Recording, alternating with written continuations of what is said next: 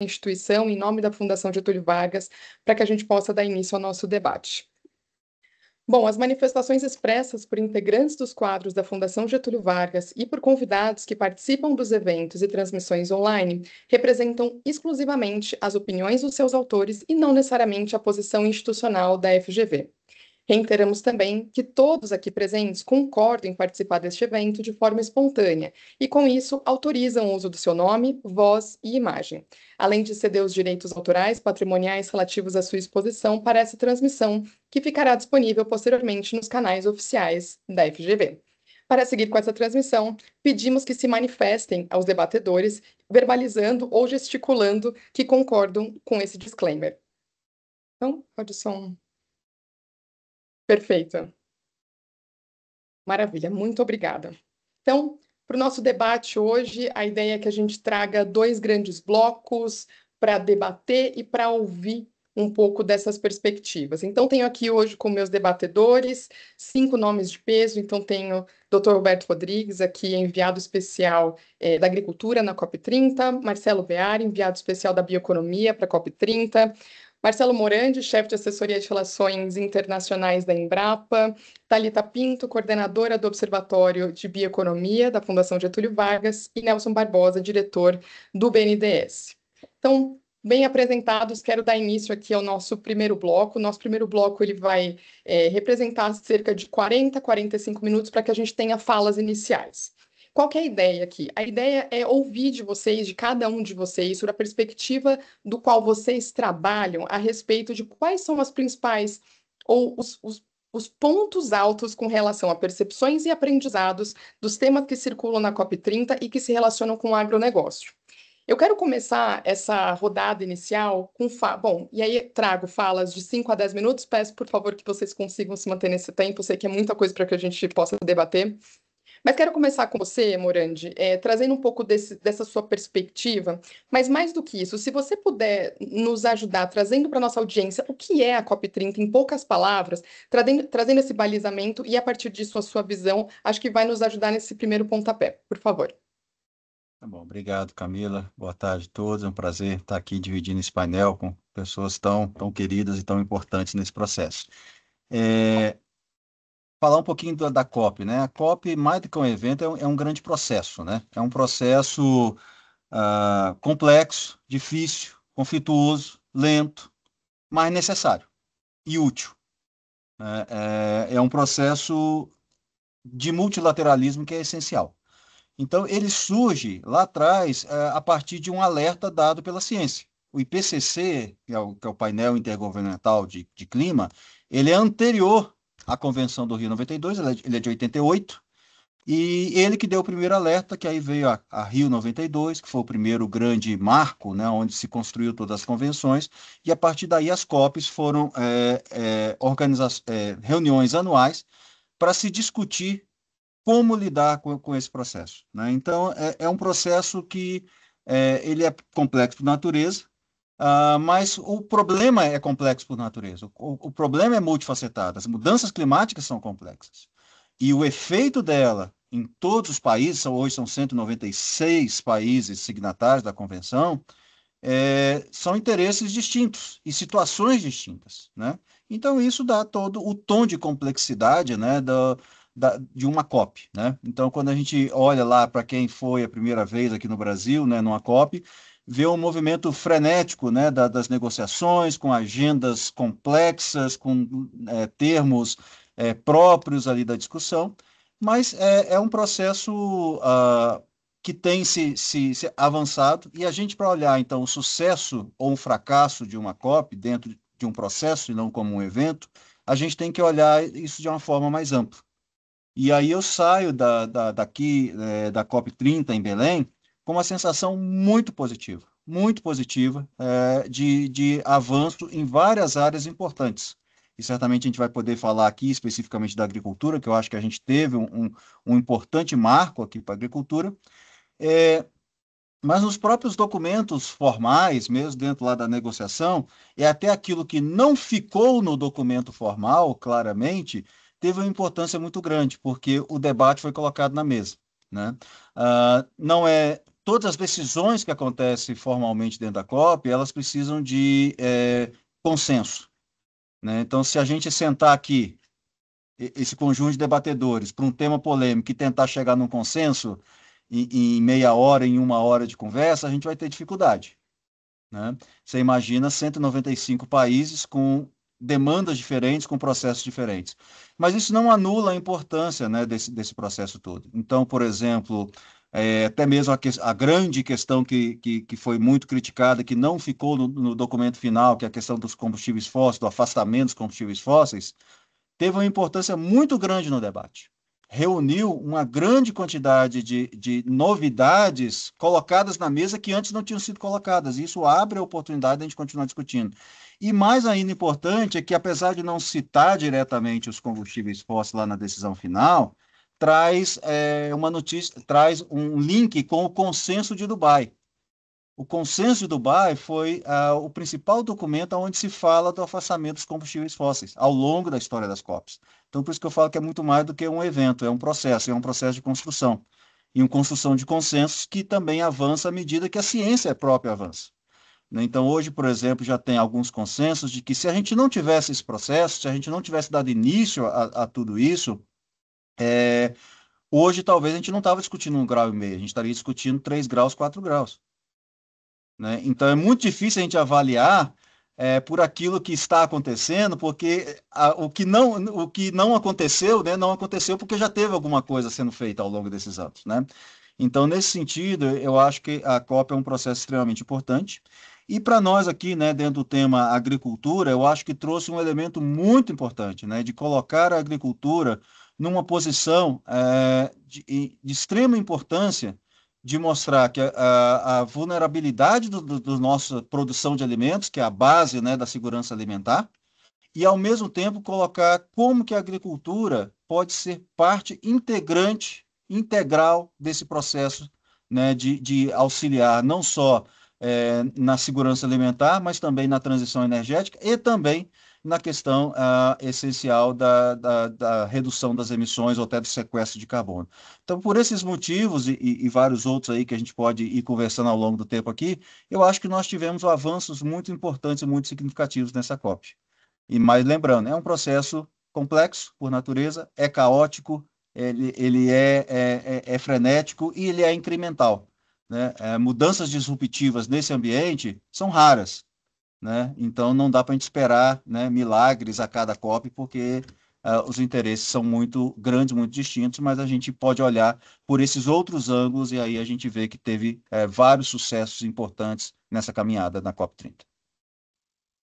Morandi, perfeita a sua fala, agradeço muito. E eu acho que é importante trazer esse ponto, porque muitos de nós que estamos hoje no tema agroalimentar, energia, sempre ouvimos falar de COP, mas o fato dela ter acontecido no Brasil nos aproximou muito dela, e aí, sem esse entendimento um pouco mais claro das complexidades, pode trazer uma leitura errada. Então, achei fundamental o seu ponto, e agora eu quero passar aqui para o Bear, puxando esse gancho do papel da conferência hoje, do que foi conquistado, do que foi posto e os avanços, gostaria de te ouvir com relação às suas impressões, mas também queria pedir você, como enviado especial também, para que você contasse o que é a função, o que é um enviado especial, quais são as novidades que foram trazidas a partir desse papel e as suas percepções.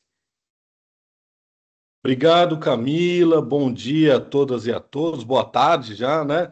Um prazer estar aqui com vocês nesse foro de gente tão amiga, tão querida, da nossa querida FGV, onde eu também ajudo a construir pesquisa, conhecimento. Acho que é muito importante a gente juntar diferentes áreas. A COP é também essa junção dos mundos, né? O professor Guilherme Plonsky me falou uma vez, Bear, chama Conferência das Partes, mas devia chamar Conferência do Todo, porque todos os saberes tinham que estar junto para a gente construir a transição que o mundo precisa, né? Que é um mundo com menos emissões e mais vida. É, olha só, antes de tudo, quem sou eu para falar dos enviados especiais, estando aqui na presença do mestre Roberto Rodrigues, a quem eu faço já uma homenagem sincera. Eu era estagiário no governo federal, quando ele era ministro, mas sempre com muita honra de não só conviver com ele, com a sua sabedoria, o seu conhecimento e a sua leveza para lidar com temas difíceis. Então, sempre um prazer estar com ele. Também trabalhei com o Nelson, que está se juntando a gente daqui a pouco, também colega de governo, que é também colega de GV e colega, agora está no BNDES, tocando a vida. Thalita, com quem eu tenho também me encontrado em vários painéis, um prazer estar com você, e com o Morandi, que é uma aquisição nova, uma referência na Embrapa, sabe tudo de agricultura e emissões, e conhece a Embrapa de um olhar internacional como ninguém. Dois pontos importantes que eu acho para a gente chegar na função dos enviados e nas impressões da COP. Concordo com tudo que o Morandi falou, vou só adicionar 2 elementos que eu acho importantes. A COP ela surge em 92 aqui no Brasil, né? Depois da Conferência da Terra. E foram firmadas 3 convenções. Uma para cuidar do clima, que era um pedido europeu, uma para cuidar das florestas, da biodiversidade, que era um pedido latino-americano, e outra para cuidar da desertificação e uso do solo, que era um pedido africano. E elas 3 viraram convenções, a do clima ocorre anualmente, as outras 2 bianualmente. Razão pela qual a gente está indo para a COP 31 e para a COP 17 nos outros temas. Mas a COP do Brasil é, de certa forma, um reencontro com essa origem, em que as 3 dimensões vieram para se encontrar na COP 30. E quando a presidência brasileira resolveu pensar na estrutura que ia montar, ela olhou todos os indicadores e todos os compromissos que foram construídos, não só pela COP do Clima, mas pelas 2 outras também, a da biodiversidade e da desertificação. E aí, olhando, somando, chegaram num número grande acho que foram 650 iniciativas e propostas feitas ao longo dos últimos 30 anos, e 415 delas em andamento ainda, de alguma forma sendo conduzidas ou por grupos ou por setores das Nações Unidas, etc. E aí, acho que o embaixador André Corrêa do Lago, que é um mestre da negociação, e ele estava presente na Rio 92 como um jovem negociador, está há 43 anos na diplomacia, ele falou, olha, dificilmente a gente vai avançar muito na negociação, porque já tem o Acordo de Paris. Mas nós vamos avançar muito na agenda de ação, que a COP sempre foi desdobrada, sempre não, mas desde a COP 15, a gente tem essa clareza de ter um grupo de países que fazem a diplomacia e que avançam nos textos de consenso, e um outro grupo de atores não estatais, formado, não atores que não são parte, né, então que não são federações, mas formado por empresas, pela sociedade civil e também pelas prefeituras, governo do estado, entes subnacionais que participam do processo e ajudam. E aí essa COP30, então, ela montou algumas novas estruturas para lidar melhor com essa frente que só ia crescer, da qual o agro é parte integrante, porque toda a discussão da agricultura, ela tem uma pequena parte que está na negociação, mas uma parte enorme que está na agenda de ação e, sobretudo, nessa sinergia entre, na conjunção clima, natureza e solo. E esse é o futuro da discussão. Então, o agro vem num momento muito bem-vindo para a discussão, para a gente começar a construir os caminhos de, ao mesmo tempo, descarbonizar, trazer natureza e recuperação de áreas degradadas. Esse é o sonho global. E aí tem números globais para isso. Então, quando o André monta isso, ele resolve montar novas estruturas também. Porque a velha estrutura de você ter só diplomatas negociando estava insuficiente para fazer avançar. Então, monta os círculos, círculo de ministros de finanças, o círculo ético, círculo de povos originários e o grupo dos enviados para endereçar melhor cada um dos objetivos estratégicos da COP. Então, são 30 objetivos estratégicos em 6 eixos, com 30 enviados. Eu era enviado da Bioeconomia, Roberto Rodrigues da Agricultura, mas tem também os enviados que cuidam dos estados, como Marcelo Brito, o que cuida dos pequenos agricultores, como Paulo Petersen. Então, esse é um olhar que está dividido tem muitas áreas que são conexas a esse tema e que na COP se encontraram com novas discussões. Falo sempre muito, vou só sumarizar. O que eu achei que andou bem? Eu acho, primeiro, fazer em Belém foi um achado e foi, ao mesmo tempo, um desafio logístico e um ganho para Belém e para o mundo. Acho que o mundo desconhecia o que era uma capital amazônica. A Amazônia era só uma floresta. Ver as pessoas, ver a cidade, ver como você pode montar um parque da bioeconomia. Belém tem o primeiro parque da bioeconomia montado, e aí você consegue fazer a extroversão do acervo da biodiversidade da Amazônia em produtos e serviços. Então, isso vale ouro, porque você consegue ver na prática como é que a gente gera valor e cria novas tecnologias, como a Natura vem fazendo há muitos anos. Então, isso acho que foi um achado. O Brasil, como facilitador e a volta do multilateralismo, essa COP podia não ter dado em nada, ela podia nem ter fechado acordo. Um dos integrantes fundamental para essa discussão nem apareceu e não fez falta. A gente conseguiu fechar um acordo, a gente conseguiu andar com 29 documentos, e agora a gente até reclama que não fechamos o acordo para a saída dos combustíveis fósseis, que nem estava na pauta. O Brasil trouxe de volta a questão central da pauta, e a gente conseguiu juntar 84 países que concordam com isso. Não é pouca coisa, é muita coisa. Então, acho que foi já um grande avanço também. E na agenda de ação, para fechar, na bioeconomia, a gente teve 3 grandes instrumentos novos. O TFFF, que é o maior plano de conservação de floresta já feito no mundo, com um recurso que vai ser de 125 bilhões, vai pagar $4 por hectare. Para as populações tradicionais, vai ser espetacular e a gente vai conseguir garantir a biodiversidade fixa em territórios importantes. A gente conseguiu criar o desafio da bioeconomia para organizar métricas e mercados, com o Ministério do Meio Ambiente, com a FAO e com muitos atores, como Nature Finance e vários atores globais. E a gente conseguiu criar o Earth Investment Engine, que é uma ferramenta para alocar 20 bilhões de dólares para soluções de base natureza, das quais certamente, a gente pode falar depois, mas o agro vai ser dos maiores beneficiários, aqueles que estão comprometidos com a transição, como todos os amigos que nos escutam aqui. Então, estou muito feliz. Acho que foi um grande momento, estamos só começando. Maravilha, Beara, adorei sua fala. Acho que quero voltar depois para falar justamente dos pontos que você trouxe da agenda de ação, para que a gente possa entender como que esse recurso vai ser passado, né? Como você disse, como que a gente pode fazer esse pagamento na ponta para garantir essas estruturas. Mas agora eu quero passar para a Thalita. Thalita, acho que mantendo essa mesma linha, né? Das suas impressões com relação à COP, nessa construção, né? Acho que da fala do Morandi, passar para o Claudio, mas quero chegar em você com esse olhar do papel da ciência. Então, sabe-se que a ciência ela é um pilar fundamental, mas, de novo, acho que visto toda a discussão que foi feita e uma agenda mais ampla que foi estabelecida, mais ampla, eu digo, além da Blue Zone, né? Acho que esse é um ponto. Tivemos outras frentes recebendo um público ainda maior, então eu quero te ouvir com relação a como você entende que a ciência contribui para as conferências de uma forma como um todo. Obrigada, Camila. Boa tarde a todos. Boa tarde para os meus amigos e inspirações painelistas, Marcelo Bear, Morandi, Dr. Roberto, Nelson Barbosa. Camila, vamos lá. Em primeiro lugar, é a ciência que vai definir o que é o possível, o que é o necessário e o que é urgente.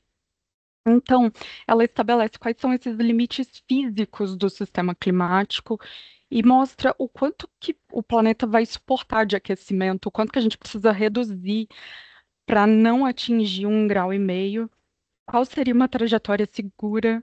Então, tudo começa com a ciência.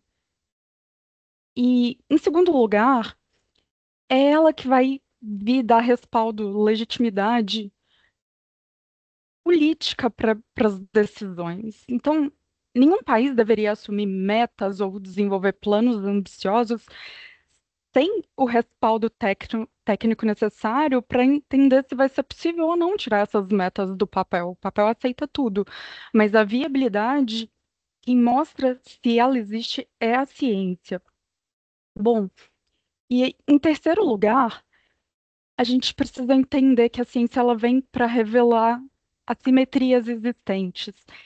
E ela tem esse princípio orientador de responsabilidades, das responsabilidades comuns, por exemplo.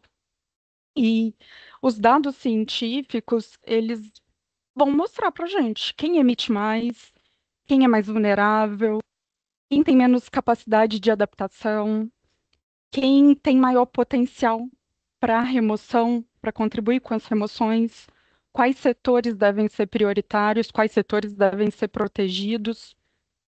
É a ciência que conta tudo isso para a gente.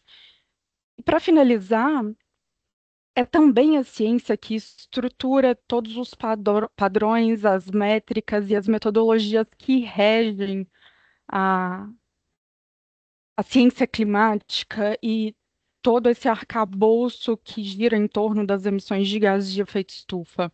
Então, ela vai ser essa linguagem comum que vai permitir que a gente compare diferentes países com diferentes dinâmicas, sistemas produtivos distintos, e a ciência ela vem amarrando tudo isso para que eles falem uma língua comum, em termos de emissões, remoções, estoques de carbono. Ela permite, nesse caso, verificação e maior confiança. A ciência ainda precisa avançar.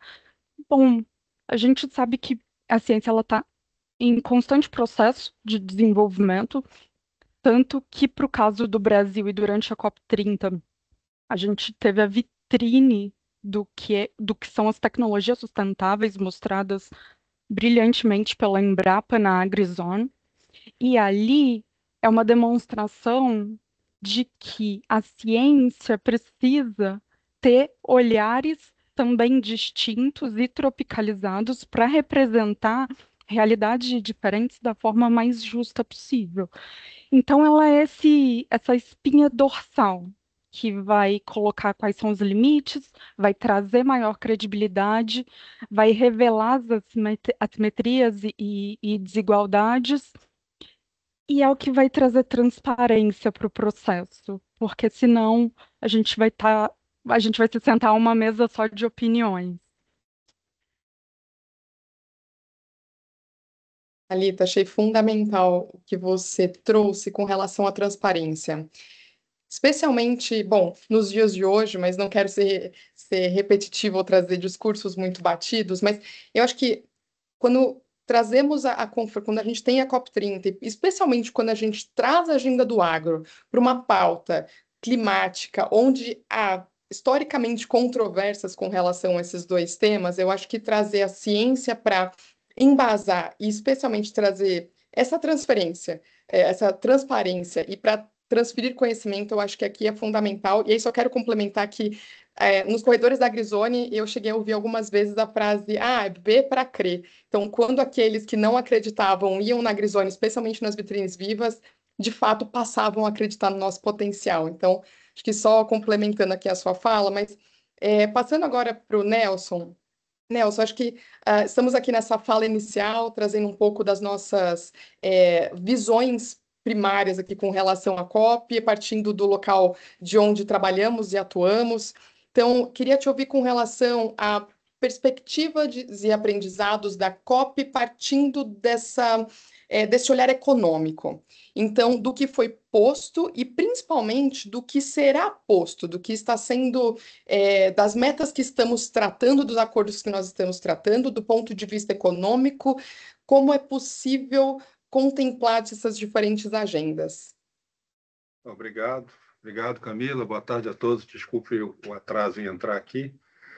Eu acho que essa COP, como já foi colocado, ela focou mais na implementação, né?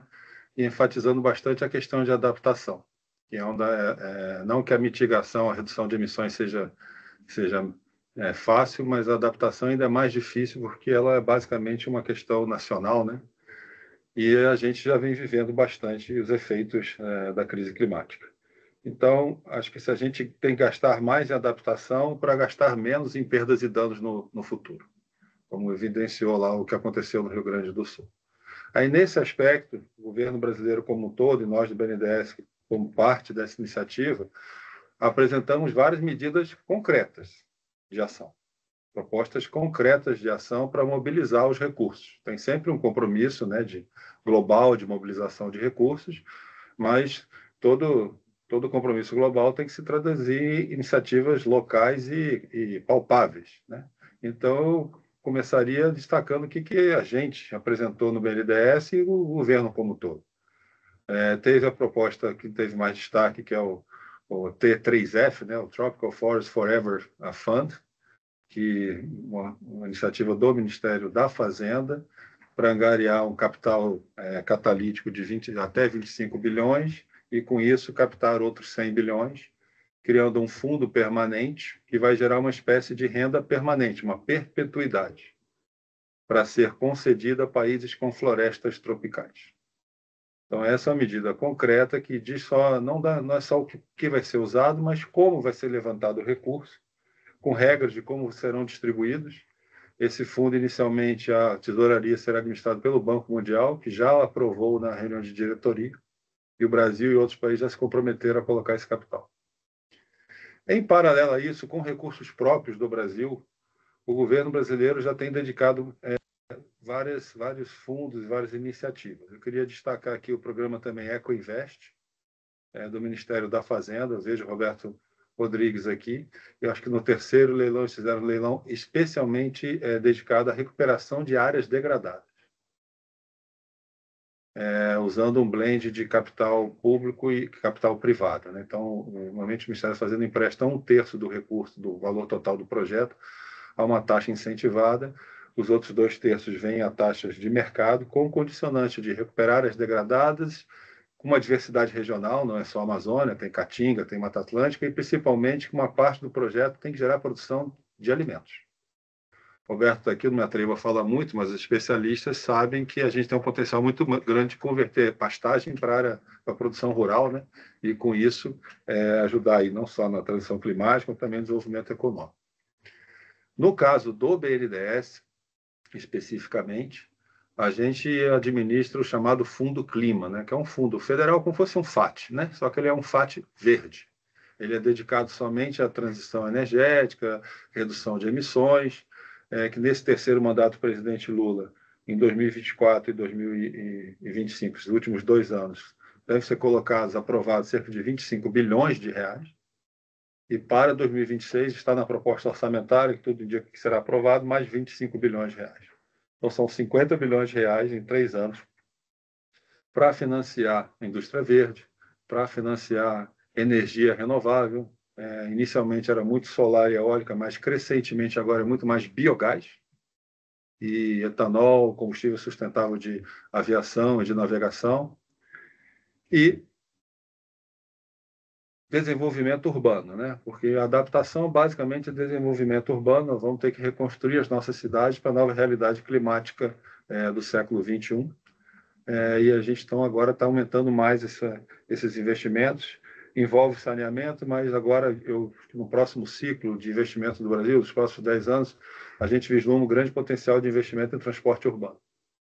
Eletrificação de frota, expansão de rede de metrô, VLT, BRT.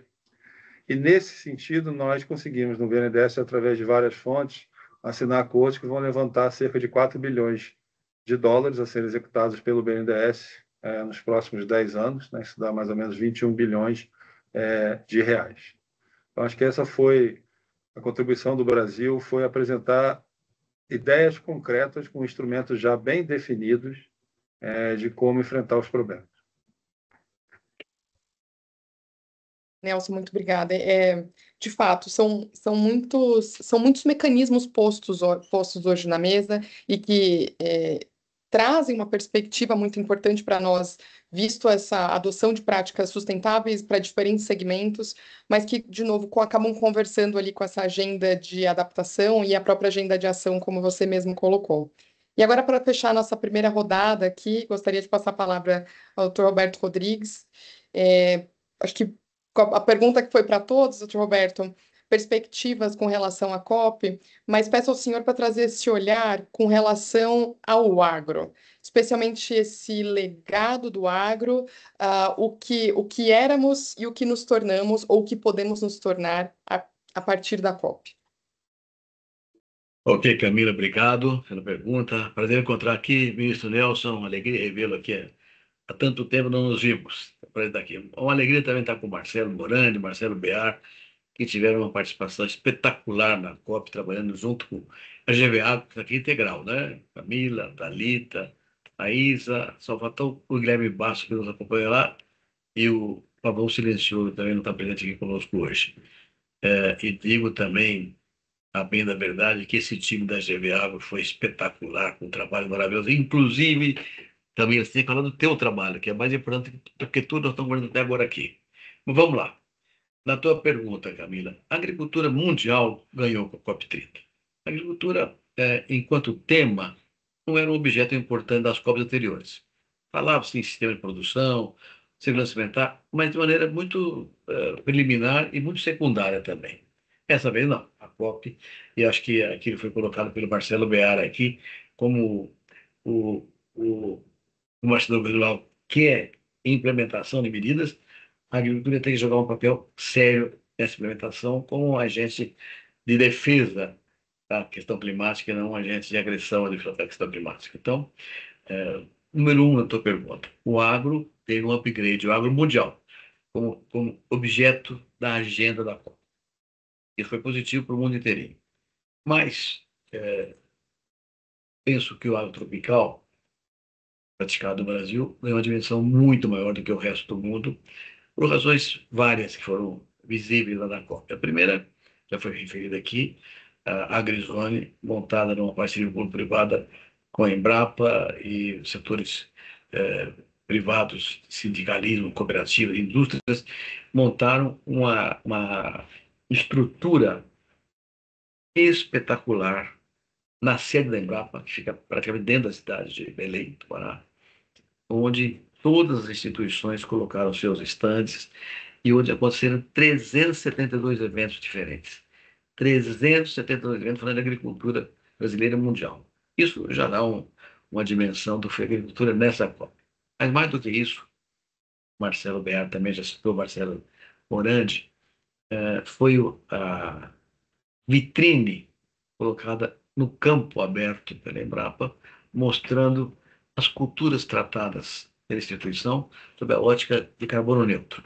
Então, tinha lá um campo de soja carbono neutro, um campo de milho, trigo na Amazônia, carbono neutro, a questão da integração lavoura-pecuária-floresta, olhando o uso da floresta para fins econômicos, também mostrando a relevância do sistema de produção, métodos de produção, manejos agrícolas que mudam completamente a exploração do solo pelas raízes das plantas mais profundas, por causa do trabalho de manejo do solo. E essa vitrine tecnológica foi visitada por milhares de pessoas e me disseram ontem, lá em Brasília, que pelo menos 20% das pessoas eram estrangeiras e 100% dos estrangeiros ficaram de queixo caído quando perceberam a grandeza e a real sustentabilidade do agro brasileiro na dimensão pró-defesa do clima, o tema carbono neutro, basicamente.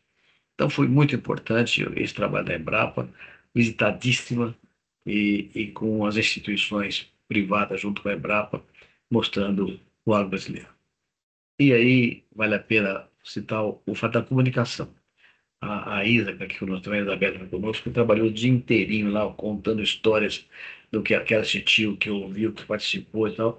Então, a comunicação também foi um tema muito interessante. Além do que, a AgriZone tinha um estúdio do Canal Rural, trabalhou todos os dias, o dia todo, mostrando, conversando com gente, mostrando o que estava acontecendo, e eu tive até o privilégio de comandar um programa de televisão chamado O Diário da COP, diário, das 5 às 7 da tarde, todos os dias, entrevistando pessoas que trabalharam na COP, que foram responsáveis pelos progressos alcançados. Foi muito bom a comunicação também, e mostrando para o mundo essa coisa com competência. Além disso, agora devo fazer um pouco de promoção dos enviados especiais, o embaixador Correio do Lago, que é um craque, genial mesmo, conforme treinado aqui pelo BEAR, ele insistiu com o tema de que tinha que ter um processo de implementação dessa de COP anteriores. E, embora o tema seja clima, a agricultura, na visão dele, tinha um jogo importante nesse momento. Estou preparando um documento, acho que o Nelson Barbosa não sabe disso ainda, mas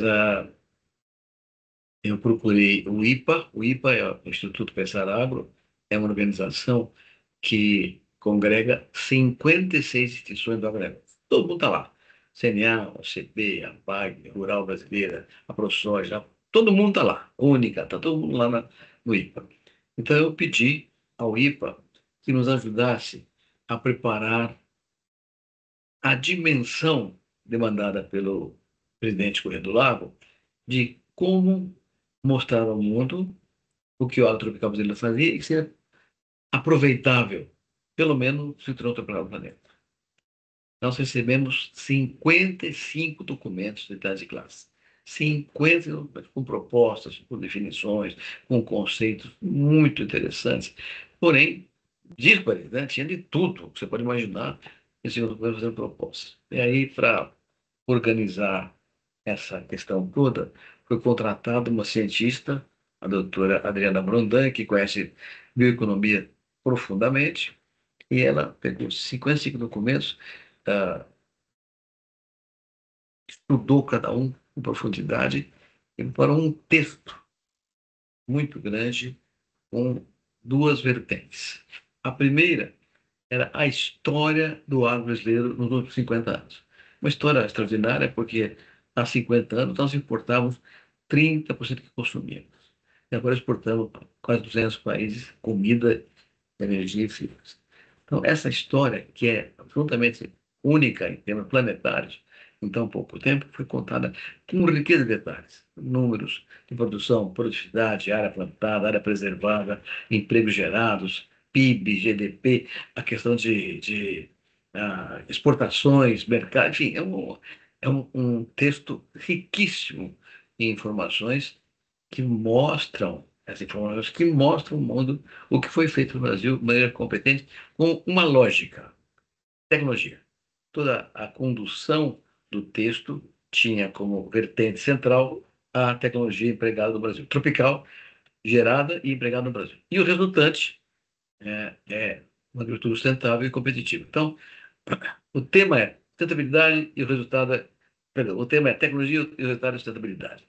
Esse documento ficou muito bom. E aí, a segunda parte foi um destrinchamento, vamos essa palavra estranha, de todas as propostas colocadas, em que o grupo trabalhou mais articulado com a Adriana, a Thalita participou muito desse processo, a Camila também, outras, o Marcelo Morandi ajudou bastante na avaliação final, mas a segunda parte, então, é o conjunto de ideias e propostas colocadas pelo setor privado para o presidente da COP, o embaixador Corrêa do Lago, mostrando como o agro brasileiro poderia contribuir com o agro mundial, tendo em vista pelo menos 3 temas centrais: segurança alimentar, transição energética justa e inclusão social, gerando emprego e riqueza nos países tropicais, sobretudo na África mais pobre do planeta. Esse conjunto de propostas só se viabilizaria considerando as disparidades edafoclimáticas dos países, condições de solo, de clima, de institucionalidade, governo, enfim, tudo o que acontece, as diferenças, mas só se implementaria aproveitando o modelo brasileiro, o que vale é o modelo brasileiro de desenvolvimento, com tecnologia, com política pública, etc., com 2 fatores principais. Primeiro, financiamento. Sem financiamento, os países muito pobres não conseguiriam alavancar o processo. E segundo, uma possível flexibilização da regra de comércio para que pudesse haver acesso ao mercado daqueles que crescessem a sua produção. Mas, além disso, um grupo de 8 tipos de propostas diferentes foram elencados com o trabalho da Thalita, da Adriana, sinalizando o que poderia ser feito em termos de políticas públicas, tecnologia central, mas crédito, organização privada, com ênfase para a cooperativa, na medida em que as cooperativas têm um papel muito importante na inclusão social de pequenos produtores rurais que não têm acesso à tecnologia. Então, esse documento muito amplo foi discutido previamente à COP com o IPA, uma Assembleia de Brasília, da qual a Adriana e a Thalita também participaram, colocaram seus temas, suas teses, e com o próprio Frente Parlamentar Pecuária, que é o agente político, digamos assim, da implementação dos programas aqui no Brasil e propostas para fora do Brasil. Então, foi um documento muito importante, interessante, entregue ao embaixador Corrêa do Lago antes da COP. Nós preparamos, a partir desse documento, a própria Adriana Brandani, um resumo executivo de 35 páginas, em inglês e em português, foi distribuído a, a rodo nos diversos eventos que participamos na COP, e todo mundo recebeu o documento. Além disso, tem também um QR Code, que não tinha documento para todo mundo, né? Tinha 60 pessoas da COP, mas quem quisesse consultar o QR Code, teria informação de onde ler o documento na íntegra, em português, em inglês, o resumo e temas correlatos foram apresentados na documentação. Então, essas duas questões, um texto amplo, mostrando o que foi feito e como poder ser aproveitado em termos de modelo, e a AgriZone deram um destaque realmente importante para o agro mundial e o agro tropical brasileiro. Mas, paralelamente, houve uma quantidade enorme de eventos na Blue Zone e na Green Zone também, inclusive eventos com pronunciamentos. Seu, Camila, fazendo Thalita, do Guilherme Bastos, bom, claro, Marcelo Morandi, Marcelo Bear, trabalharam duramente nesses eventos. Eu não sei quantos Marcelo Bear participou, né, Marcelo Morandi, mas eu acho que eu participei de uns 15 eventos, pelo menos, na Blue Zone, na Green Zone e na Agri Zone também, mostrando o agro brasileiro e, no nosso caso, enquanto enviado especial, tinha que organizar 2 eventos. Um deles foi em cima do trabalho da Camila, que é a questão de carbono e pecuária de corte, carbono e carne, muito forte. A Camila participou também desse evento. E o outro foi sobre a agroenergia, mostrando que biocombustíveis, o que vem da agricultura toda, representa hoje 30% da matriz genética brasileira. 30% da matriz genética brasileira. Replicável. Claro, um tempo mais curto, mais longo, mas replicável no mundo tropical inteirinho. Então, isso foi digamos, o resumo resumido, Camila, do que eu imagino que aconteceu na COP em relação à agricultura. Mais importante do que isso, os países que eram candidatos à COP em 31, a Austrália e Turquia, já manifestaram seu interesse em fazer também uma agrizone. Já estão mostrando para a Embrapa, ver como é que faz isso, como é que foi feito, como é que tem que fazer, porque essa régua subiu a um nível tão elevado que nenhum país poderá fazer uma COP sem mostrar agricultura. Isso, então, é um efeito espetacular da agricultura brasileira que, mais uma vez, caracteriza um fato conhecido pela sua comunicação. É muito melhor você ver uma planta florescendo na tua frente do que você ler 50 livros com fotografia daquela planta florescendo ou ouvir 1000 palestras sobre aquela planta florescendo. Nada melhor do que ver as coisas nos papéis e ver com os olhos e ver os queixos caírem e ver o que foi feito por esse país com essa competência técnica espetacular da ciência, tecnologia e do empresariado brasileiro. Então é isso, Camila, mais ou menos, muito resumidamente, o que a gente pode falar do agro. Ganhamos um espaço que nunca tivemos na FOP. E como o Marcelo falou, é um processo, esse processo vai nos dar dimensão maior. O próprio tema da agroenergia, que o Marcelo Bear falou, não houve consenso, então não entrou no relatório final, mas o próprio presidente da COP falou, mas eu vou tratar desse tema individualmente daqui para frente, para chegar na COP 31 já com um roadmap claro para a questão da substituição dos combustíveis fósseis. Vai acontecer, vai acontecer. Andamos muito para frente. Perfeito, doutor Roberto, muito obrigado pela sua fala. Fazendo uma propaganda aqui, quem tiver interesse em acessar o documento que o doutor Roberto comentou, do fórum, ele está no link, então a Isabela colocou o link para o site e o link do documento. Fiquem à vontade para acessar. De fato, ele contempla muito daquilo que nós queremos levar adiante, né? Levar como uma lição, levar como um exemplo a ser seguido. Então, agradeço a todos aqui pela primeira rodada de conversas. Acho que todos nós pudemos aprender muito e nos contextualizar, nos balizar com relação ao que foi a COP, o que foi esperado e o que foi entregue. Acho que esses 2 pontos, e ficou claro na fala de todos vocês que o que foi entregue foi muito melhor do que aquilo que era esperado. Então, é isso, é um gol para nós, é um gol para o setor. Quero passar essa segunda parte, agora até o final, até as 4 horas da tarde, para fazer um bate-bola de perguntas. Quando nós abrimos para as inscrições, nós pedimos que os inscritos enviassem perguntas para nós, para que a gente pudesse entender o tom, entender quais eram, talvez, os gargalos, as principais dúvidas do setor. Nós pudemos compilar um pouco dessas perguntas para trazer para vocês. Então, quem tiver alguma pergunta adicional e quiser mandar no chat, nós estamos com o tempo apertado, mas a gente se esforça ao máximo para tentar cobrir. Mas a ideia é colocar algumas perguntas na mesa, a gente vai se dividindo para responder, fiquem super à vontade para levantar a mão, eu vou dando algum direcionamento por motivos claros de condução aqui do nosso evento, mas fiquem à vontade para contribuir com as respostas.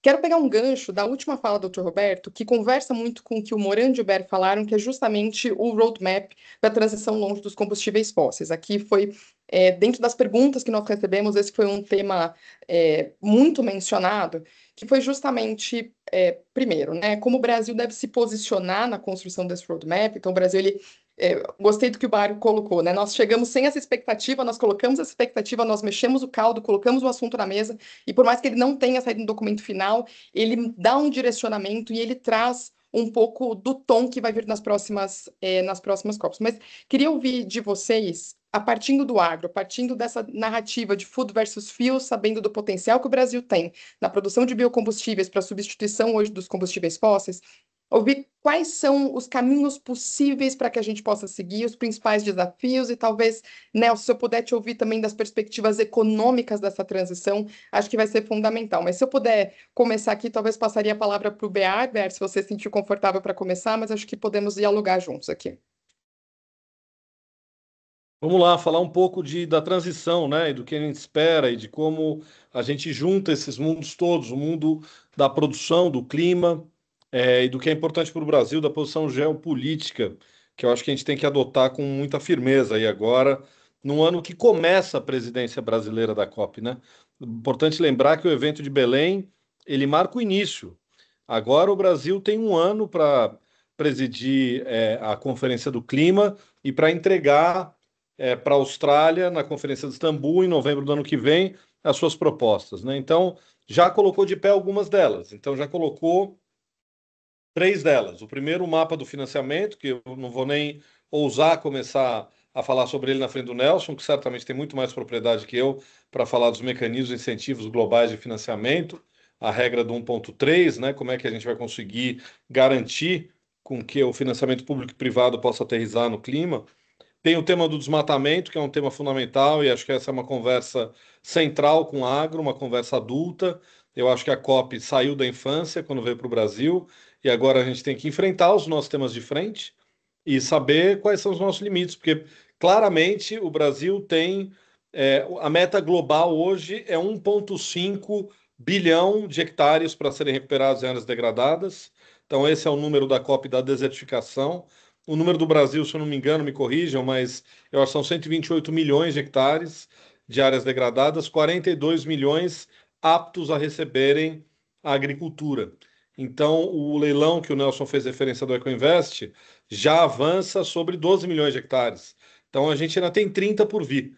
Tem muita área para a gente recuperar e para a gente fazer com que essa recuperação venha somada a ganhos em outras matérias. Ganhos por carbono, porque ao recuperar uma área degradada, a gente retém carbono no solo. E aqui tem uma discussão que a FGV tem patrocinado com muito mérito da tropicalização das métricas, para a gente conseguir entrar no mundo das certificações globais com métricas que digam respeito à nossa capacidade de retenção de água e de luz em abundância, porque o tropical ele tem essa grande característica, né? Ele é farto em luz e água, mas a medição não é. A medição registra 30 centímetros só de solo, a gente precisaria de um registro muito mais profundo. E conversando com o Eduardo Assad, também da casa, eu achava que era um número importante, mas eu não tinha noção de que é cerca de 50% maior, caso a medição seja feita da forma correta. Então, a gente tem, acho que geopoliticamente, 3 linhas fundamentais para posicionar o Brasil e para a gente avançar agora a nossa presidência. A primeira é a gente tem que ter uma métrica que funcione para o sul e para o norte. Então, isso acho que é um tema que vai nos unir muito, porque todo mundo quer. Eu acho que, e já conversamos com o Science Based Targets Initiative, eles sentaram, ouviram, viram o documento, o Guilherme Basso esteve comigo na reunião, levou pronto E ela falou: vocês já fizeram a lição de casa, agora é nosso lado ajudar a incorporar essas métricas. Então a gente tem que fazer isso com as 18 certificações que hoje existem de carbono. O Nelson está lá com o presidente Aloysio no BNDES, que anunciou com o Bradesco um olhar brasileiro sobre carbono, que vai ser fundamental a ser desenvolvido ao longo da presidência brasileira da COP, para a gente ter o nosso método de auferição e o nosso método de certificação. Então, acho que isso para o agro vai ser fundamental. Então, esse é o primeiro macro objetivo para juntar esses elementos. O segundo é a gente encarar com tranquilidade o tema do desmatamento, o tema do ganho de áreas e de proteção de área nativa. E a gente tem um ganho enorme, sobretudo no mundo privado brasileiro, ao considerar todas as áreas de reserva legal como capazes de receberem recursos do TFFF também. Então, isso vai ajudar o agricultor a, ao mesmo tempo, ter uma linha adicional de receita que ele não tinha e de ter uma ampliação das suas áreas quando ele está fora de compliance. Então, acho que isso do lado de dentro ajuda de um jeito. Do lado de fora, é uma arma e um escudo poderoso contra o discurso do protecionismo europeu, em que a gente pode virar o jogo e dizer que a gente precisa ter um balanço conservação-produção, como o Código Florestal brasileiro já impõe. Então a gente tem que fazer com que o Código Florestal vá para o norte também. E que hoje a Holanda, por exemplo, nos cobra muito, mas as áreas de produção na Holanda têm 0% de cobertura vegetal nativa. E a gente precisa provocar e ter uma perspectiva brasileira maior para dizer esse balanço já existe no Brasil, na Costa Rica, em alguns outros países do mundo, ele tem que ser o novo regime de posição entre agro, conservação, produção. Então, balanço, conservação, produção, eu acho que é o futuro dessa discussão. E eu acho que essa é um caminho que vai unir o agro ao ambientalismo, porque a gente precisa estar junto e precisa um mundo com menos emissões e mais vida, isso interessa a todo mundo. E, por fim, um tema econômico central, que é a remoção mecânica versus a remoção de base de natureza. E a gente vai ver que se prospera o argumento do hemisfério norte de que só vale a remoção de mais de 100 anos, eles tiram fora todo o agro, toda a floresta e tudo que o Brasil pode oferecer como solução. Esse argumento ele é falacioso e ele diminui o tamanho e a economia brasileira. Então nós temos que combater ele com argumentos e com ciência. E a ciência temos que ter soluções que durem 50 anos, e aí o agro oferece uma solução central ao encaminhar os créditos de carbono. Segundo os cálculos Secarbon da USP, a gente poderia reter 980 milhões de toneladas ano, o que é quase o dobro do semi-indústria brasileiro inteiro. Então a gente vai ter que exportar isso, temos mercados para isso, vamos construir esse caminho. Perfeito. Excelente resposta. Eu acho que não tem como a gente tratar de agricultura e o papel da agricultura se não falarmos de métricas, se não compararmos a forma como nós somos medidos. Porque eu acho que, e trazendo um pouco do paralelo do que você disse, com um pouco do que das perguntas que nós recebemos, né? Eu acho que tratando dessa relação do roadmap dos combustíveis fósseis, das transições que nós precisamos fazer, do potencial que nós temos hoje com a produção de biocombustíveis, se não medida da forma correta, se os próprios sistemas agroalimentares e energéticos não forem medidos da forma correta, dificilmente a gente vai conseguir se posicionar e mostrar o potencial que nós temos, e de fato é uma agenda que nós carregamos muito forte aqui do nosso lado. Eu quero insistir um pouco nessa pauta. Nelson, se eu puder passar para você com relação à transição longe dos combustíveis fósseis, a partir da perspectiva econômica, mas não somente econômica, mas na perspectiva de governo, que lança essa pauta hoje na COP, mas queria entender, e queria eu e a audiência, né, obviamente, conjunto com as perguntas, mas entender quais são os planos que foram propostos ou onde podemos nos apoiar para pensar essa transição dentro de casa. Eu acho que o principal caminho no curto prazo é a gente investir no combustível sustentável de aviação e de navegação. São demandas que já estão colocadas, já tem critérios de adoção crescente. Então, a gente, como economista, né, sabe, quando tem a demanda, a oferta se organiza. Então, já tem demandas bem, digamos assim, ambiciosas para a utilização de combustível sustentável de aviação e navegação, é preciso produzir. E o Brasil é o país que pode produzir isso, né, em larga escala, com custo competitivo. Então, nós, no BNDES, estamos nos organizando para isso. O governo já tem vários instrumentos para apoiar esse tipo de solução. Como eu tinha falado na parte inicial, a outra parte da transição, para usar menos combustível fóssil, tem que usar mais eletricidade. E isso requer mais investimento em transporte urbano, mudar totalmente a grade de transportes, né, e resolver o problema das fontes renováveis que são intermitentes. Tem soluções para isso. Nessa semana, o Ministério de Minas e Energia lançou a consulta para usinas de baterias, digamos assim, né, usinas de grande escala de estocagem de energia. E isso faz com que você consiga tornar estável a fonte solar e a fonte eólica, né? Então, esse é um caminho que o mundo está adotando. Essa tecnologia ainda tem muito a avançar. Eu diria assim, o painel solar hoje já está bem barato, mas quem lembra disso no passado, o painel solar é muito caro. A bateria está nesse estágio agora, né? Ainda está muito cara, mas com mais investimento, provavelmente o custo unitário vai cair. E tem uma coisa que eu acho que liga com água, até para colocar aqui, no mundo, para você ter essa unidade de estocagem de energia, uma das coisas que eu fui num painel lá, tinha um senhor da ONU, ele estava apontando também de usinas hidrelétricas reversíveis. Aquela que você faz o carregamento, usa a energia eólica, solar durante o dia, bombeia a água para cima e aquilo ali ela consegue gerar, então, entrar gerando água no período noturno. A gente tem várias PCAs gás atreladas a projetos industriais, a projetos agrícolas. Essa é outra área, digamos, de uso da água em que o Brasil pode ter muitos investimentos, né, nos próximos anos. Então, acho que em termos de mapa do caminho, como eu estava colocando, eu gosto de botar alguns exemplos concretos, até para quem está nos vendo e ouvindo identificar. E eu queria voltar a alguma coisa que o Marcelo colocou, o Marcelo Béart, que é a questão da certificação, padronização. E aí contar um pouco para vocês como que a gente chegou nessa questão da certificação, que a gente está fazendo uma iniciativa em conjunto com o Bradesco, mas também estão, como banco público, estamos abertos a outros tipos de iniciativa. O BNDES, dentre as várias coisas que a gente faz, a gente também prepara projetos de concessão, PPP, várias coisas.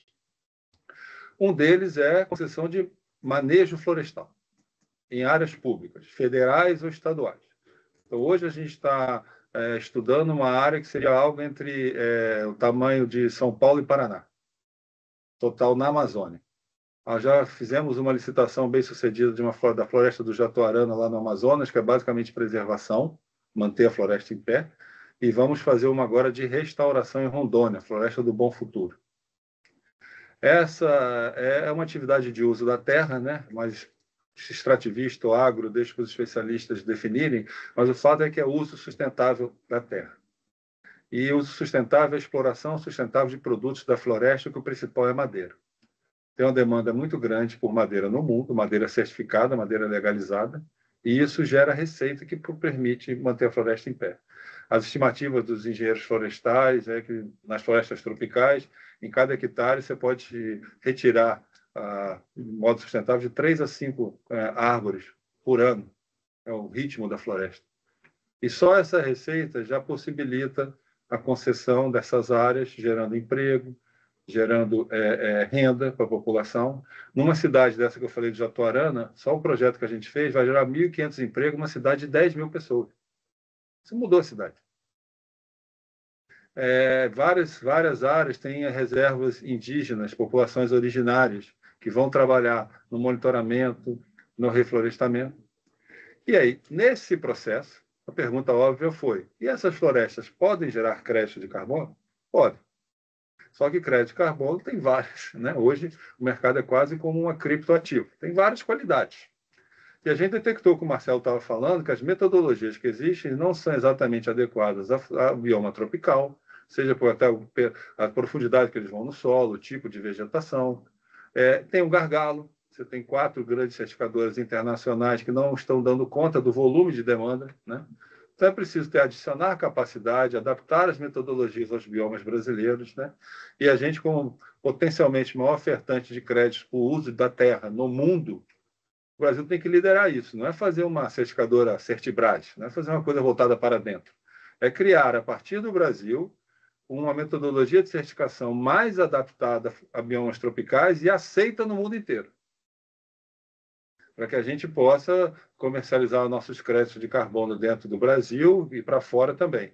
E não só para o mercado voluntário, mas também a gente sabe que virá um mercado regulado, né? E essa medição de carbono também será objeto de regulação. Então, foi nesse sentido que a gente fez uma parceria com o Bradesco para apoiar o desenvolvimento de uma empresa que está propondo isso, e estamos também estruturando uma chamada para ver quais são os melhores instrumentos e apoiar outras iniciativas, seja de pesquisa, seja de construção de empresa. Muito obrigada, Nelson, pela sua fala. Enquanto eu estava ouvindo vocês dois falarem, me veio à cabeça, não sei se vocês todos tiveram a oportunidade de ver, mas o Marcelo Morandi escreveu um belíssimo artigo recentemente no LinkedIn, fazendo um balanço da COP. Morandi, eu adorei seu artigo, e no começo você fala muito dessa dificuldade de entender mesmo os mecanismos da COP. E o que eu fiquei pensando enquanto vocês falavam? Você tem a conferência, mas toda a agenda de ação, ela perpassa por uma escala muito diversa. Então, a gente está discutindo métricas, a gente está discutindo componentes econômicos, a gente está discutindo como a bioeconomia pode atuar, como a gente mensura, como a gente pensa em segurança alimentar, segurança energética, transições, então, e como tudo isso conversa com uma conferência climática internacional. Então, foi ficando muito claro como é difícil entender na sua totalidade e fechar essa conta, e a gente está falando de um país, quiçá olhar para todos os 192 países que fazem parte da convenção. Então, queria só fazer esse paralelo, convidar todos vocês para lerem, porque de fato ficou muito completo e muito interessante. Continuando um pouco da nossa discussão e pegando um pouco de um gancho de uma pergunta que veio agora no chat, que veio para nós, Morandi, a palavra ainda para você agora, né? Queria pedir para você comentar o plano raiz, porque o governo, especialmente o MAPA, ele traz o plano raiz e conversa um pouco com o que o Dr. Roberto trouxe, né? Então, nós nos posicionando como uma forma de solução para o sul global, com alguns preceitos. Então, e isso passa também do que o Nelson comentou com base nos aspectos econômicos que precisariam aportar ali o programa, mas queria te ouvir com relação ao que é o programa e o que você entende de perspectivas. Joia, Camila. Eu vou começar falando um pouquinho só dessa questão das métricas que a gente citou muito aqui, adaptação e mitigação também. Começar falando assim, disso que você trouxe aí da complexidade. Quando a gente está falando de COP, de clima, a gente está falando, na verdade, e vocês vão lembrar lá da Rio 92, de um programa de desenvolvimento sustentável. A COP, mais do que ser sobre clima, é sobre um modelo de desenvolvimento econômico que a gente vai querer ter para reduzir as emissões e para adaptar às mudanças do clima, né? E aí, quando a gente aprende lá as operações básicas, leis da matemática lá, a gente lembra que tem algumas operações que tanto faz a ordem dos fatores e para outra depende da ordem dos fatores. Para a agricultura, adaptação e mitigação é totalmente dependente da ordem dos fatores. Se eu não tiver uma agricultura muito bem adaptada, eu não consigo fazer mitigação. E o contrário também é verdadeiro. Quando eu tenho uma agricultura muito bem adaptada, a gente consegue trazer essa questão da mitigação de forma muito clara, muito forte. Foi o que a gente conseguiu mostrar, eu acho, em grande parte lá em Belém. E aí, tanto na Convenção quanto na Acordo de Paris, tem uma frase muito forte que fala que a redução das emissões ou a mitigação de gás de efeito estufa não pode ameaçar, é isso o termo, ameaçar a produção de alimentos. Esse é o termo que está lá, tanto na Convenção quanto no Acordo de Paris. E daí vem alguns conflitos que a gente vive hoje. Quando eu falo isso, não pode ameaçar a produção de alimentos, daí veio aquela questão, bom, então se eu não posso ameaçar a produção de alimentos, eu não posso usar terra para produzir energia, porque eu vou estar ameaçando a produção de alimentos. Então vocês veem como que as coisas são, né, intrincadas aí nesse processo. E a gente tem conseguido mostrar que não, é possível. Né? E aí, aqueles que visitaram a nossa área no campo lá, e eu consegui levar 40 negociadores lá da Blue Zone, que trabalham no tema agricultura, para ver lá os nossos programas de baixo carbono, nossos programas integrados, etc. E começamos a mostrar aquela sequência, que dentro de um ano de cultivo eu consigo ter 2, 3 safras, etc. Eu consigo manter esse solo, eu consigo gerar alimentos e energia, etc. e tal. Isso muda completamente a lógica, a cabeça. Sim, eu consigo agora não ameaçar a produção de alimentos fazendo uma intensificação sustentável. Né? E isso, como o professor Roberto tem muito dito, no cinturão tropical é uma realidade possível. Talvez em algumas regiões do globo não seja possível. E para aí vão ter outras soluções. e por isso que a gente fala também muito dessa questão dos contextos específicos, né, que isso deve dar. E aí entra essa questão dentro desse processo todo, da nossa agenda de ação, que eu acho que o Bear trouxe muito, muito bem aqui, né? Que, ou seja, as não decisões que acontecem lá na negociação não quer dizer inação no que está acontecendo do lado de fora. Eles influenciam muito claramente o que está acontecendo aqui do lado de fora. Ele citou o TFFF, né? Que é o Fundo de Floresta, e eu vou citar outras duas aqui. Um é o Raiz e o outro é um outro plano que ganhou menos destaque, mas que eu acho que também tem uma importância muito grande, que é o Plano Terra. São duas iniciativas dentro de agricultura que foram lançadas na COP30. O programa Raiz, ele é, na verdade, uma grande extensão para nível global daquilo que a gente já tem experimentado aqui no Brasil, que é o Caminhos Verdes. E talvez antes do plano Caminhos Verdes, que é esse de restauração, de pegar pastos e transformar em outros sistemas de produção mais eficientes. Isso por quê? Porque a gente conseguiu melhorar a eficiência da pecuária, então eu consigo reduzir a área, eu consigo trazer essas áreas que estavam degradadas de volta para sistemas de produção, ou até mesmo de conservação, em alguns casos. Então, eu consigo reintegrar essas áreas, trabalhando também dentro dessa questão da redução da desertificação, da perda de biodiversidade, tudo aquilo que as convenções trazem. Então, esse é o nosso grande programa. A gente está falando, olha, aqui no Brasil a gente está conseguindo fazer essa conversão de pastos ou de áreas degradadas para sistemas produtivos. Nós temos a tecnologia para isso. Nós estamos criando um mecanismo financeiro local aqui, que aí tem o Equinvest, tem todas essas questões que estão sendo colocadas, que tem uma parceria público-privada, com base em estudos, em ciência, eu estou conseguindo trazer isso, e agora nós estamos oferecendo isso como uma iniciativa global, falando, isso tem um potencial de recuperar áreas degradadas em outras regiões do mundo. E aí, isso foi encampado, por exemplo, pela FAO e por outros organismos internacionais. Então, na verdade, o Raiz é uma extensão de uma experiência nossa, né, que a gente está colocando para o mundo. Assim como esses programas de agricultura de baixo carbono, que o professor Roberto já citou aqui, que surgiram também dentro de uma COP. Se vocês não estão lembrados, surgiu lá na COP de Copenhague, COP 15, em 2009. Foi lá que surgiu o Plano ABC, as bases do Plano ABC. E mais ainda, Marcelo Bea, esse plano surgiu casado com o programa de PPCDAN. Então, era uma intensificação sustentável da agricultura para reduzir a pressão sobre florestas e ampliar a agricultura de baixo carbono. Olha só como as coisas vão se conectando, né? Aquilo que eu falei do processo. Então, o Raiz, ele traz essa perspectiva. Nós temos tecnologia, conhecimento, experiência, estamos montando um programa e estamos oferecendo, né, essa tecnologia para que outros países, e aí junto com a FAO e com outros organismos internacionais, também possam se aproveitar dessa construção que nós estamos fazendo.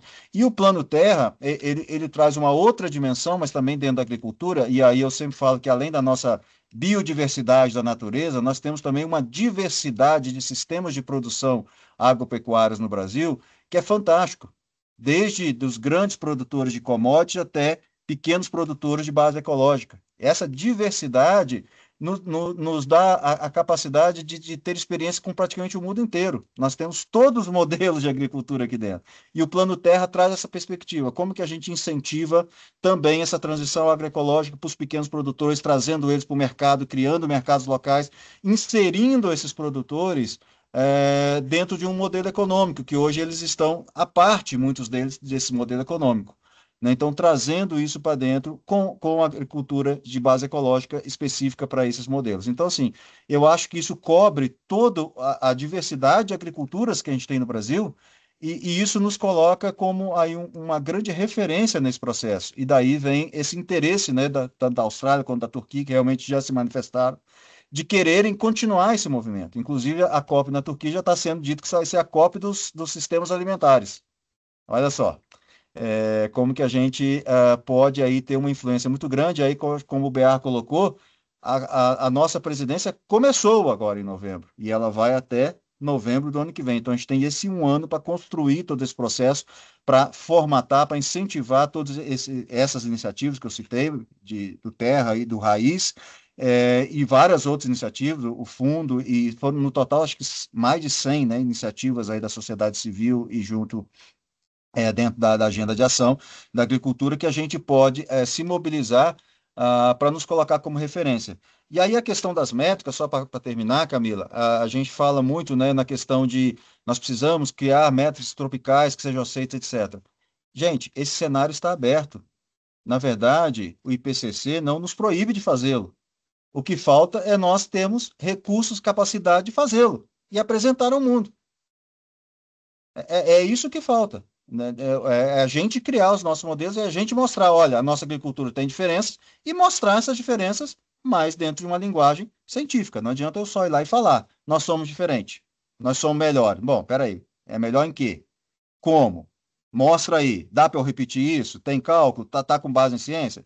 É isso que falta. Então, assim, a gente tem a faca e o queijo na mão agora, falta só a goiabada aí para adoçar e colocar junto com o queijo. Morandi, acho que mais do que isso, né? Acho que duas coisas. Sim, é levar essa comunicação para fora, né? Então, levarmos mais pesquisadores para fora para mostrar os nossos estudos e mostrar que, na verdade, nós já temos muitos estudos sendo feitos, já produzimos muitos números, já temos, os dados tropicalizados, né? Podemos ter mais? Sim, sempre. Precisamos expandir essa agenda de ciência, mas já temos avanços muito grandes, agora é botar embaixo do braço e levar isso adiante. Então, não só participar dos comitês do IPCC, mas como o próprio Bar falou, o próprio SBTi ou outros organismos internacionais que vão ditar um pouco do tom, seja pela perspectiva do privado, seja a perspectiva do público e seja a perspectiva institucional aqui, que é o que a gente está conversando. Então, acho que pegando o gancho do que você trouxe, muito com relação à ciência e o papel da ciência hoje coordenando. Doutor Roberto, queria passar uma pergunta rápida para você. Bom, a gente tem 15 minutinhos, ainda tem duas perguntas que eu gostaria de trazer para a equipe. Uma é com relação ao plano clima. Muito nos foi questionado a respeito do plano clima e o papel de ter um plano que parte das NDCs para conseguir entender como cada setor cumpre essa agenda e qual o papel de cada setor dentro dessa agenda. Então, se o senhor puder falar rapidamente, acho que apresentar aqui para a nossa audiência, né, o que é o Plano Clima e os avanços, depois acho que eu gostaria de voltar aqui para falar mais um pouquinho de ciência. Bom, Plano Clima. Plano Clima, você já explicou, para ficar bem claro para quem está nos ouvindo. Cada país apresenta a sua NDC. O Brasil apresentou uma das mais ambiciosas até hoje, é a do Brasil. E o Plano Clima é o instrumental que o país vai fazer, público e privado, para implementar as regras, os seus objetivos da NDC. Então, nós temos uma NDC muito boa, muito ambiciosa, muito positiva, e o Plano Clima foi organizado para resolver essa questão. E o Plano Clima tem os seus capítulos, o que é da indústria, o que é do serviço e o que é da agricultura. No que cabe à agricultura, houve uma discussão, aliás, para falar sobre isso melhor, mesmo é o Marcelo Bear e o Marcelo Morani que trabalham nesse negócio. O Marcelo Bear, uma ação política extraordinária, e o Marcelo Morani é um técnico extraordinário. Os dois Marcelos foram pontos de lança central nesse processo.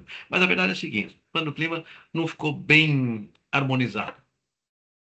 Havia lá algumas atribuições de redução de emissões para a agricultura, que a agricultura não achava que era devido, que era justo. Então, houve uma discussão que não chegou ao fim. E aí a ministra Marina Silva entendeu esse ponto e decidiu não anunciar o Plano Clima na COP. Aliás, não precisava anunciar mesmo, porque o Plano Clima é o instrumental que cada país vai cumprir. Não tem que mostrar para a COP. Mas ela queria mostrar para ficar claro que o Brasil tinha um compromisso sério com esse governo. Mas ela compreendeu que a coisa não estava bem harmonizada ainda e decidiu postergar o anúncio do Plano Clima quando houvesse um consenso mais aproximado. Então, é isso. Eu fiquei muito contente que não foi anunciado mesmo, porque seria uma coisa não completamente absorvida nem pelo setor privado agrícola, nem pela a parte agrícola do governo brasileiro. Então, essa postergação foi inteligente para a Marina Silva e justa. Foi muito bom que tenha acontecido. Perfeito, doutor Roberto. E é importante falar que foi postergado, mas ele não vai deixar de acontecer, muito pelo contrário. Não, e queremos que aconteça. Nós queremos, ninguém é contra o plano clima, ao contrário.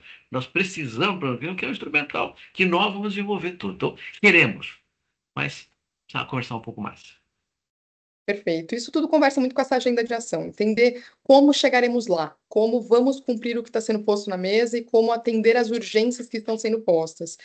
Agora eu quero passar, acho que mantendo nessa linha de ciência, Thalita, eu quero entender, bom, nós aqui no centro, nós nos esforçamos muito nos últimos anos, especialmente nesse ano, produzindo muitos estudos, assim como a Embrapa e outros muitos think tanks nos quais nos relacionamos aqui, trazendo estudos que mostram potencial de descarbonização, não só olhando para emissões, mas olhando do papel da produção de alimentos, do papel econômico, custos.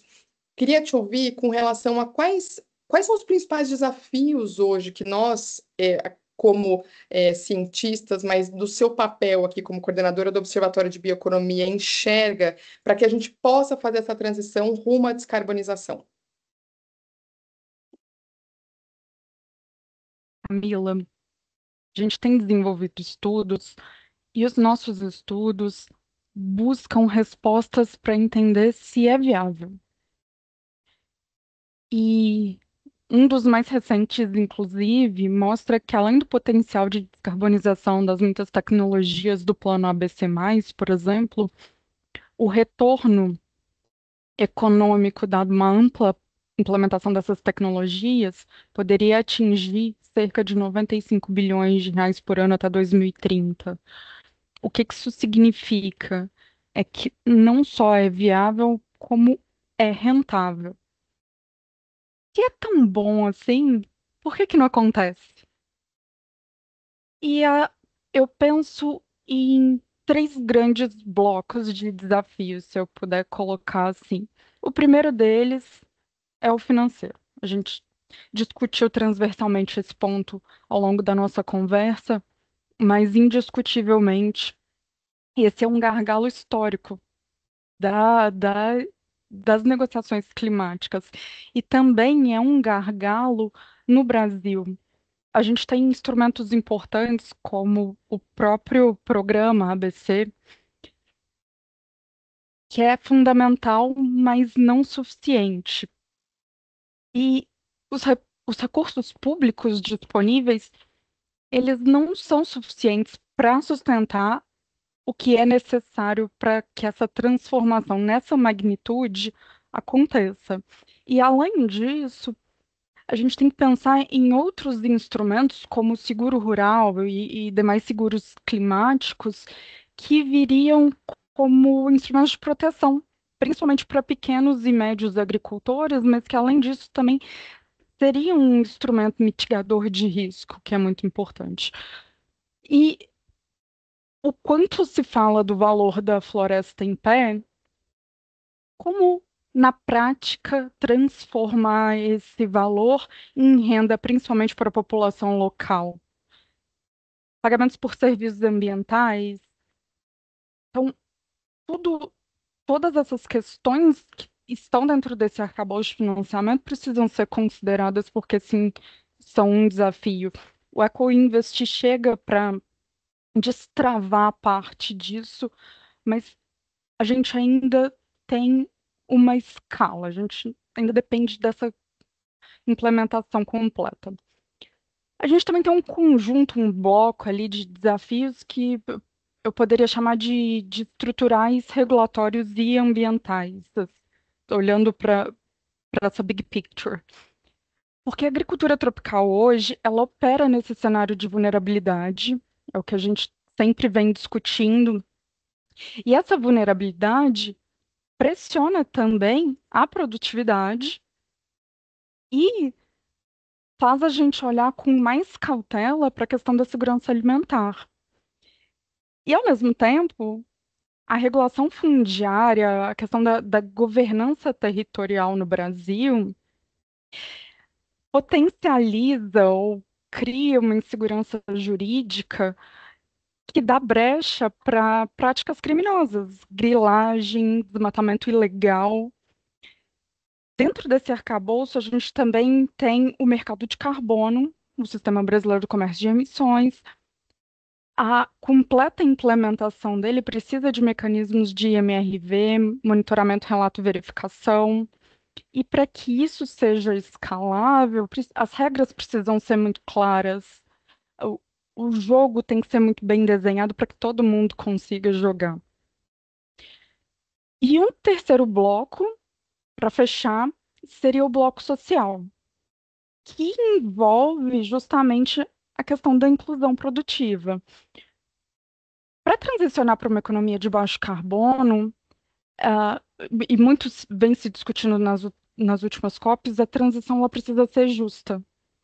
Para o caso do Brasil, do agro especificamente, ela precisa ser justa, alcançando o perfil de todos esses produtores, e a gente sabe que é bastante heterogêneo entre o tamanho da produção e também entre a diversidade de regiões e biomas que o nosso país tem. A gente tem milhões de agricultores, de pequenos agricultores, agricultores familiares, comunidades tradicionais, onde falta assistência técnica. A regulação fundiária ali também se caracteriza como um desafio grande. A informalidade de sistemas, como, por exemplo, a pecuária, gera riscos, inclusive de imagem. Se essa transição ela não for inclusiva, ela não vai ser completamente justa, como deveria ser. E ela pode acabar reproduzindo desigualdades que já são históricas e criar uma agricultura que ela vai ter duas velocidades.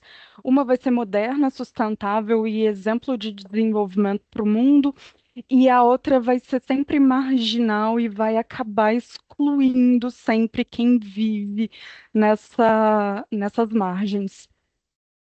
E aqui a gente precisa ressaltar com toda a importância que o tema precisa ter o cooperativismo, principalmente aqui no Brasil. O cooperativismo agrícola brasileiro, ele entra como peça-chave na adoção de práticas sustentáveis, na difusão de tecnologias, no apoio aos pequenos produtores, e ele tem essa capilaridade que permite que o conhecimento e assistência técnica sejam cada vez mais difundidos ao longo de todo o território brasileiro entre essas diferentes camadas de produtores. E, bom, amarrando esses três blocos, o que a gente acredita, e a gente realmente acredita que você sabe, é de que todos esses estudos e cenários que a gente passa meses e meses envolvidos, eles vão sair do papel e vão se tornar realidade. Então a gente precisa trabalhar junto, a própria presidência da COP quis, a gente precisa ter um mutirão para fazer isso tudo acontecer. Nada melhor que fechar a fala aqui com, acho que a palavra do ano, né, que simbolizou a COP, que é justamente mutirão. Thalita, muito obrigada. Para a gente conseguir, para encerrarmos aqui, eu quero passar rapidamente por cada um de vocês, menos de um minutinho para que a gente mantenha a pontualidade, mas acho que palavras de agradecimento, enfim, fiquem super à vontade, mas eu quero ouvir uma coisa de vocês, o que esperar para 2026? O que esperar do próximo ano? O que será da agenda do próximo ano? Da perspectiva de vocês e como podemos avançar juntos. Então, vou manter a ordem do início, acho que começo com o Morandi, passo para o Bear, Thalita, Nelson e fechamos com o Dr. Roberto. Bom, obrigado. Foi um imenso prazer, né, compartilhar aqui, poder conversar um pouco com vocês. A Camila já falou do artigo aí, quem quiser é só olhar lá no LinkedIn e interagir, eu acho que é importante. E eu queria só concluir dizendo que a COP em Belém, acho que ela ressaltou, né, toda a beleza e todo o caos que a humanidade vive, né? É igual aqueles movimentos aí, quem conhece aqueles movimentos de bactéria, né? Que se movimentam aparentemente de forma caótica, mas direcionada por algum estímulo, né? E o nosso estímulo está aqui de combater as grandes crises aí que a gente vive, que o professor Roberto define aí em 4 cavaleiros, né? Do apocalipse, né? Da segurança alimentar, da crise climática, da transição energética e da inclusão social que a Thalita trouxe agora no próximo, né? E aí eu até pego uma fala final que foi do Simon Steele, que é o secretário-geral da Convenção do Clima, né? Que ele disse que a COP30 demonstrou que a cooperação climática está viva, em plena atividade e mantendo a humanidade na luta por um planeta habitável. E eu acho que a gente contribuiu de forma muito significativa a isso aqui no Brasil, na COP30, especialmente aqui na nossa área, né, de agricultura, de preservação de florestas, de bioeconomia. Acho que a gente tem muito a ensinar. Obrigado. E também muito a aprender, né? Então, acho que essa cooperação internacional é fundamental. Obrigado pelo convite, Camila. Obrigada, Morante. Bear? Bom, primeiro agradecer muito de estar com vocês todos, sempre aprendo muito quando escuto vocês, gente que eu de verdade estimo, tem uma trajetória incrível e eu gostei muito. E para o próximo ciclo, e eu acho que ano que vem, vai ser o primeiro ano da década de ação, que é como essa presidência da COP fixou, porque a gente tem 10 anos de Paris para trás, e os 10 anos para frente vão ser os anos em que a gente precisa implementar tudo que a gente já discutiu e já sabe. E a gente falou de vários temas aqui, biocombustíveis, a gente falou da transição da agricultura, da bioeconomia, as ferramentas estão aí. Eu acho que a gente tem, primeiro, essa organização da agenda de ação, que me alegra muito, a gente agora sabe o que tem que fazer, está começando a distribuir quem faz o quê. E esse novo ciclo, a gente teve 3 COPs de petróleo, a gente vai ter agora 3 COPs de natureza, com a presidência brasileira, a australiana e a etíope. E eu acho que isso vai ajudar sobremaneira a pauta brasileira a andar, porque temos aí, apesar da próxima COP ser na Turquia, a presidência australiana, e eu acho que o tema da agricultura tropical vai se fortalecer muito. Então, como disse a Dona Onete, a rainha do carimbó, te mete, te joga e vem com a gente. Obrigado. Excelente, Bear. Nelson? Acho que como o Berra colocou, é o início da presidência do Brasil, né? Então tem muito trabalho. Na verdade, a COP sendo feita aqui é o começo de um trabalho, agora cabe a gente fazer o roadmap, liderar isso. Então acho que 2026 é um ano de cooperação nesse mundo que está diversa a cooperação, né? Mas o Brasil tem se destacado em várias frentes, não só climática, de ainda acreditar no multilateralismo, ainda acreditar na cooperação. O presidente Lula é um exímio negociador, como ele tem demonstrado em várias áreas. Então, 2026 é um ano de investir mais na cooperação, na construção de modelos, de casos, né? E principalmente no mutirão, como foi colocado na COP. Acho que a gente tem muito a mostrar.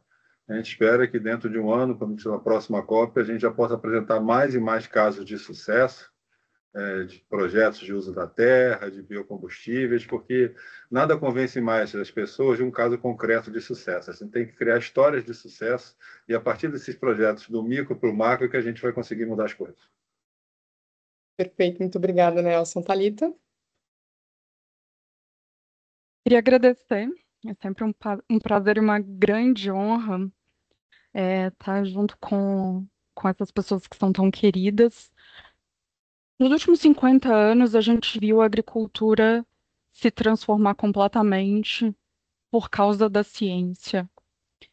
E hoje eu ouvi uma expressão que me chama sempre muita atenção. Antigamente se dizia que as terras do cerrado nem dado nem herdado. E hoje a gente transformou o cerrado brasileiro em fonte de produção de alimentos e de energia. Então eu espero que cada vez mais a ciência e a inovação sejam fortalecidas, e isso se liga completamente à agenda de ação. E o que a gente precisa fazer? Qual é a nossa lição de casa? Muita coisa boa já foi desenvolvida, Marcelo Morante falou, precisamos publicar. Além disso, os dados eles precisam ser oficiais, o governo precisa beber dessa fonte para que o resto do mundo não só nos veja, mas tenha a nota fiscal de tudo aquilo que a gente faz. E isso é muito importante para a gente chancelar toda a tecnologia que já foi desenvolvida e demonstrada aqui. O agro teve a sua grande vitrine na AgriZone. A gente tem que mostrar que isso não é boutique de luxo, que essa vitrine é loja de departamento aqui. E para encerrar minha fala, eu lembro da fábula do coelho e da tartaruga, e o Brasil definitivamente não pode ser o coelho nessa história. A gente tem que cruzar a linha de chegada, sendo aí os campeões da segurança alimentar, segurança energética e climática do mundo. Obrigada, gente. Perfeito, Thalita. Doutor Roberto? Bom, Camila, muito obrigado pela oportunidade. Foi ótimo conversar com todos vocês. pessoas que eu admiro, respeito, quero muito bem. E vou ser muito breve. E pegando o final, a bola, a Thalita colocou a bola na marca de pênalti e tirou o goleiro. Então é fácil fazer esse gol aqui agora. Eu estou convencido que o Arco Tropical brasileiro mostrou, durante a COP, que ele pode ser uma solução global para a segurança alimentar, transição energética, inclusão social e cuidando do clima. Portanto, pode ser um patrocinador importante para a paz mundial. Não haverá paz se houver fome, se não houver energia, se houver inclusão social. Se fizermos isso, o Brasil vai ser o grande protagonista da paz mundial. E aí, Marcelo Bear, eu espero, viu, estar vivo nos próximos 10 anos para ver isso acontecer e levantarmos todos juntos a taça da Copa do Mundo da Paz. Vai ser muito bacana. Marcelo Morandi, Marcelo Bear, Nelson Barbosa, Thalita Pinto, Roberto Rodrigues, uma enorme satisfação poder ouvi-los, aprender com vocês. Espero que todos aqui presentes tenham aprendido tanto quanto eu e saído daqui tão inspirado quanto eu. Então, vamos juntos. Acho que a agricultura mostrou o seu poder mais do que nunca, né? Acho que a vitrine nos trouxe aqui adiante e temos que cumprir o nosso papel agora em 2026, mantendo a régua lá em cima. Então, muito obrigada, agradeço demais a todos e até a próxima.